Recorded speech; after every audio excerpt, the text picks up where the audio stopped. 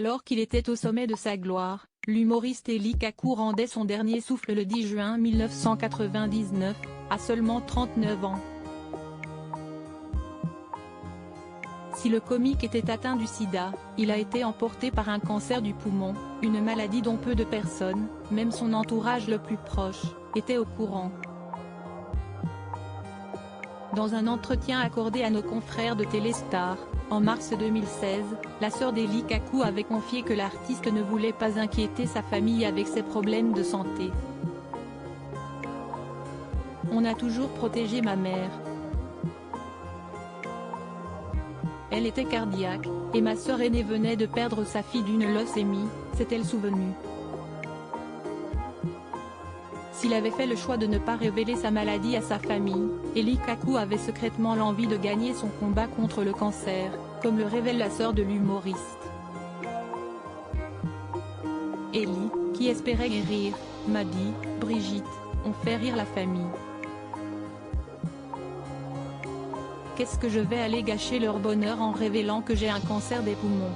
Un silence bienveillant et protecteur qui est une véritable preuve d'amour d'Eli Kaku à ses proches. Mais très affaibli par la maladie, l'acteur franco-tunisien annonçait finalement sa maladie à sa mère. Une semaine plus tard, peut-être comme libéré de ce secret, il tirait sa révérence le 10 juin 1999. Photos, Lara Fabian, Michel Simès, Céline Dion, les stars qui ont brisé le tabou de la maladie. Eli Kaku, un humoriste immortel. Les années passent mais le souvenir d'Eli Kaku reste intact. Que ce soit avec ses personnages de l'attaché de presse, Madame Sarfati ou encore son rôle dans le film La vérité si je mens, il a su se hisser au rang des humoristes préférés des Français.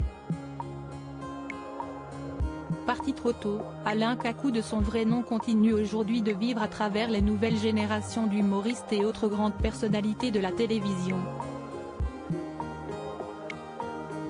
Le 10 juin 2019, anniversaire de sa disparition, Gad Elmaleh, Kev Adam, Michel Drucker, Patrick Bruel ou encore Chantal Latsou avaient organisé un spectacle en son honneur au Cirque d'hiver à Paris.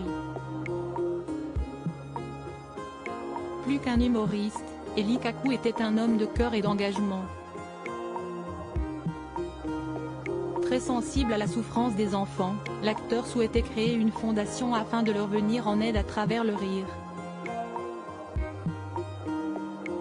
Il voulait notamment monter des spectacles dans les hôpitaux, avait confié alors sa sœur.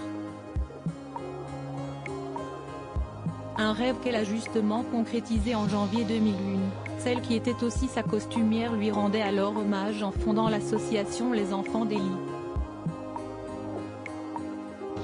De quoi faire perdurer un peu plus la mémoire d'Eli Kaku.